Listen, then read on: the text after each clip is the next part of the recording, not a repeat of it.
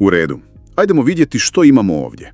Pred nama je, moram priznati, stvarno zanimljiva hrpa materijala. Da, baš raznoliko. Imamo svega. Od videotutoriala koji objašnjavaju, recimo, AI alate, preko nekih, rekao bih, gotovo filozofskih izjava o prodaji, pa sve do konkretnih promotivnih PDF-ova. I sve dolazi iz istog izvora. Da. Od Kenana Isakovića, menadžera digitalnog marketinga i njegove agencije Official Media. Upravo tako. Meni to izgleda kao da nam je netko dao sve dijelove jedne velike slagalice. S jedne strane imaš jasnu poslovnu ponudu jedne marketing agencije, Da. a s druge imaš ovu demonstraciju njihovih vještina kroz nevjerojatno, ali stvarno nevjerojatno raznolik sadržaj. I naš je zadatak danas, čini bi se, pokušati sastaviti tu slagalicu. Vidjeti kakvu sliku dobivamo na kraju. Točno. Kako se svi ti komadići spajaju u jednu, nadam se, koherentnu strategiju? Upravo to. Pa hajdemo onda od temelja, od te njihove filozofije. Naišao sam na jednu izjavu koja mi se baš urezala u pamćenje. Koja? Ljudi vole da kupuju, ali ne vole da im se prodaje. To zvuči sjajno, ali nije li to danas postala neka opća fraza koju svi ponavljaju? Je, postalo je. Lako je to reći, ali pravo pitanje je što to znači u praksi. I tu se oni, čini mi se, izdvajaju. Kako? Pa oni to demonstriraju na vrlo konkretnom primjeru GoPro kamere. I tu se baš vidi ta razlika u pristupu. Ne pričaju o tehničkim specifikacijama. Ne govore 4K kvaliteta, 120 sličica u sekundi. Ne, ništa od toga na početku. Jer to su podaci koji jesu bitni, ali nisu ono što prodaje. Jer to danas realno nude skoro svi u tom nekom cjenovnom rangu, zar ne? Upravo to. Njihov pristup je drugačiji. Oni kažu ključno je stvoriti priču. Priču koja će te uvući, koja će u tebi izazvati neku emociju. Aha. Pričaju o adrenalinu, o skoku s padobranom, snimci prvih koraka djeteta, ali snimljenih iz pseće perspektive. Stvaraju ti sliku u glavi. Znači ti već zamišljaš što bi ti s tim mogao napraviti. Točno. I tek kad si ti emocionalno kupljen, tek onda ti daju tehničke detalje.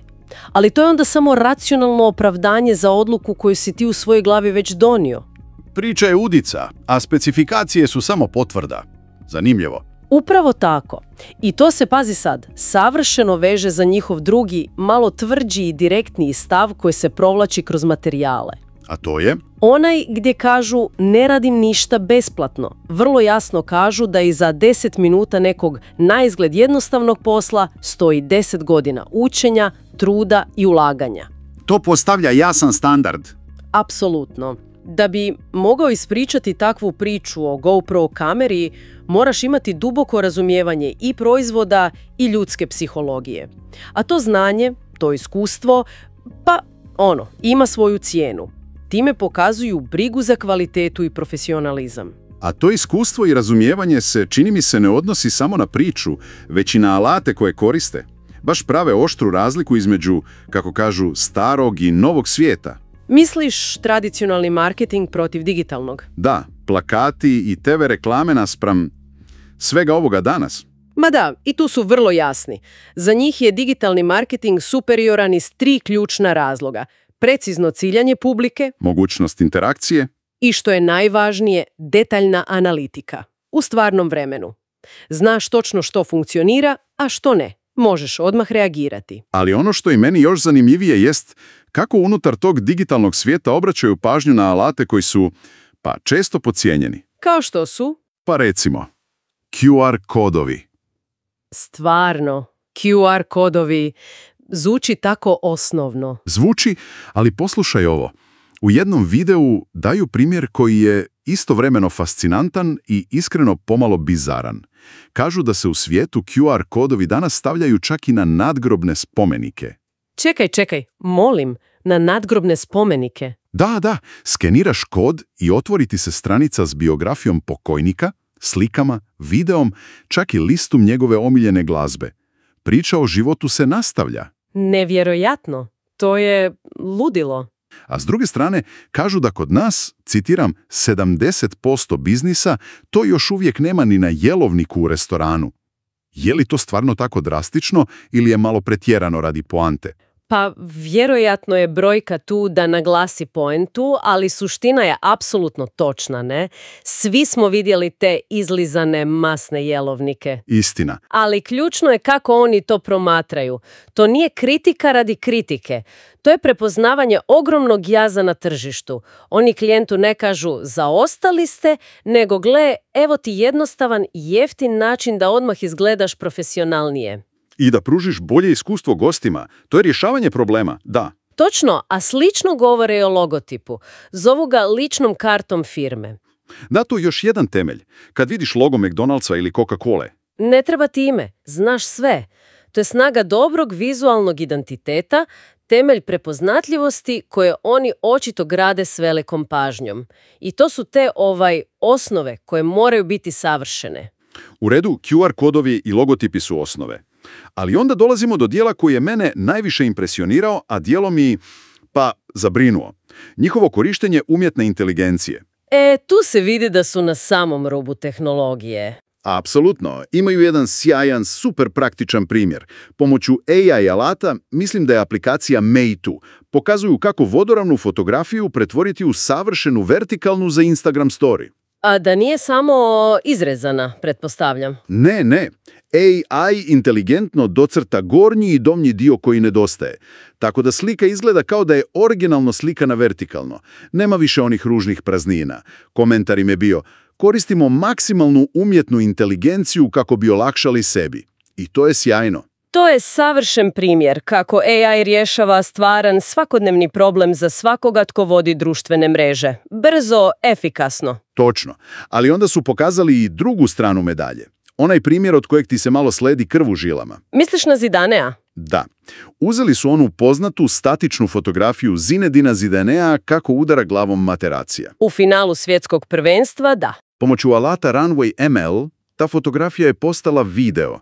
Zidane se pomiče, Materaci pada. Gledao sam to nekoliko puta i, nevjerojatno je uvjerljivo. Da, ledi krv u žilama, zar ne? A njihov zaključak je bio hladan i direktan. Ničemu više na internetu što vidite nećete vjerovati.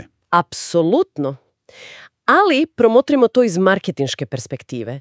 Što oni zapravo poručuju klijentu s tim pomalo zlokobnim primjerom? Pa, pretpostavljam, prva poruka je: što god zamislite, mi to tehnički možemo izvesti.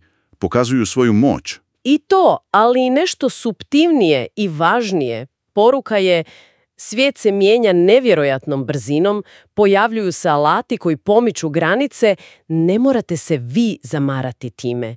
Mi smo tu, mi razumijemo budućnost i vladamo tim alatima. Prepustite to nama. Upravo to. To je poruka koja gradi ogromno povjerenje i pozicionira ih ne samo kao izvršitelje, već kao inovatore i strateške partnere. I ta stručnost se ne zaustavlja na AI-u. Vidio sam i tutoriale za klasičniju videomontažu, recimo u CapCutu, gdje objašnjavaju green screen efekte. I 3D prijelaze, da. Da. Ili aplikaciju Quick za brzu montažu za Reels i TikTok.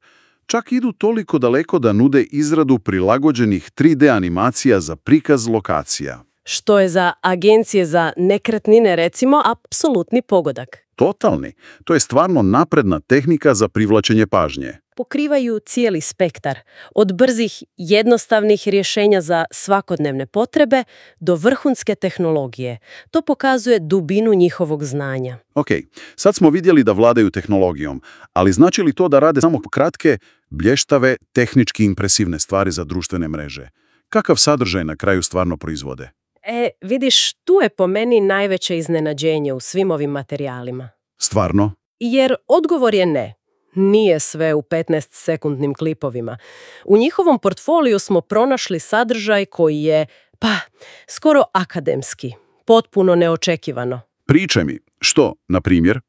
Pronašli smo 2 dugačka, vrlo strukturirana razgovora. Jedan je duboka, ozbiljna rasprava o fizikalnoj terapiji nakon amputacije. Teška tema. Jako. I u njoj se uspoređuju 2 pristupa. Klasični, vizualni i taktilni pristup koji se oslanja na vještine slijepih i slabovidnih fizioterapeuta. To je izuzetno složena i osjetljiva tema, producirana na vrlo, vrlo visokom nivou. Znači, s jedne strane AI animacija Zidanea, a s druge strane skoro pa znanstvena rasprava o rehabilitaciji. Kakav raspon? Točno. A drugi primjer je jednako kompleksan. To je analiza jednog dokumenta koji pokušava povezati Kuran, neuroznanost i modernu psihologiju. Opet tema koja zahtjeva ogromno istraživanje i pripremu. Ma naravno, i ako to povežemo s njihovom ponudom, ovi primjeri postaju njihov najjači marketinški alat. Kako to misliš? Pa poruka je kristalno jasna. Da, mi znamo napraviti viralni TikTok video, ali mi smo također sposobni producirati ozbiljan, istraživački, dubok sadržaj. Mi nismo samo tehničari. Mi smo producenti koji cijene znanje i suštinu. To gradi ogroman kredibilitet. Pokazuje da iza agencije stoje ljudi s intelektualnom dubinom. To ima smisla. A uz te kompleksne produkcije vidio sam i čitav niz onih kraćih, visokokvalitetnih videa koji stvaraju atmosferu. Misliš na one o hrani? Da, o tradicionalnoj bosanskoj puri, pa u ritualu pijenja domaće kafe, o suhom mesu. Čak i cijeli, potpuno producirani glazbeni spot posvećen Zenici. Vidi se da iza njih stoje ogroman broj odrađenih projekata. I zadovoljnih klijenata. Da, raspon je stvarno od mikrosadržaja do dokumentarnih formi. A upravo ta širina dokazuje iskustva, ne? Apsolutno. Ne možeš imati takav portfolio ako nemaš puno klijenata i puno različitih izazova iza sebe. Svaki taj projekt od najkraćeg do najdužeg dokaz je te kvalitete i inovativnosti o kojoj pričaju. Dobro, kad sve to složimo, filozofiju, alate i taj nevjerojatno raznolik portfolio, kako to na kraju izgleda kao konkretna poslovna ponuda? Pa, oni su sve te vještine spakirali u jedan, kako bih rekla, kompletan ekosustav usluga. Sve je predstavljeno u njihovom promotivnom materijalu. Znači, dođeš im s idejom ili problemom, a oni te pokruju od A do Ž. Točno. Ne moraš ići na 5 različitih mjesta. Sve je tu. Počinje s grafičkim dizajnom, sredit će ti taj temelj, tu ličnu kartu firme, logo, vizitke. Osnove. Da. Zatim, preuzimaju upravljanje platformama. I pazi, ne samo Facebook i Instagram, nego i TikTok, Twitter, čak i OLX BA, što pokazuje da stvarno razumiju lokalno tržište. To je bitno. Itekako. Nakon toga brinu se za tvoju Google prisutnost, postave te na Google Maps, naprave ti poslovni profil, izrade web stranicu. I povrh svega toga nude sve te dodatne usluge. Profesionalno fotkanje, snimanje i montažu videa, čak i email marketing. Bukvalno te pokrivaju za sve što ti treba u digitalnom svijetu. Upravo. Dakle, ako bih morao svesti sve što smo vidjeli na 3 ključne stvari, to bi bile. Prvo, ta filozofija koja stavlja autentičnu priču i kvalitet ispred agresivne prodaje. Da. Drugo, brutalno poznavanje i primjena najnovije tehnologije, pogotovo umjetne inteligencije. Definitivno. I treće, što je možda i najuvjerljivije, dokaz kroz rad. Dokaz da mogu proizvesti apsolutno sve, od najjednostavnijeg dizajna do najkompleksnije videoprodukcije. Upravo tako.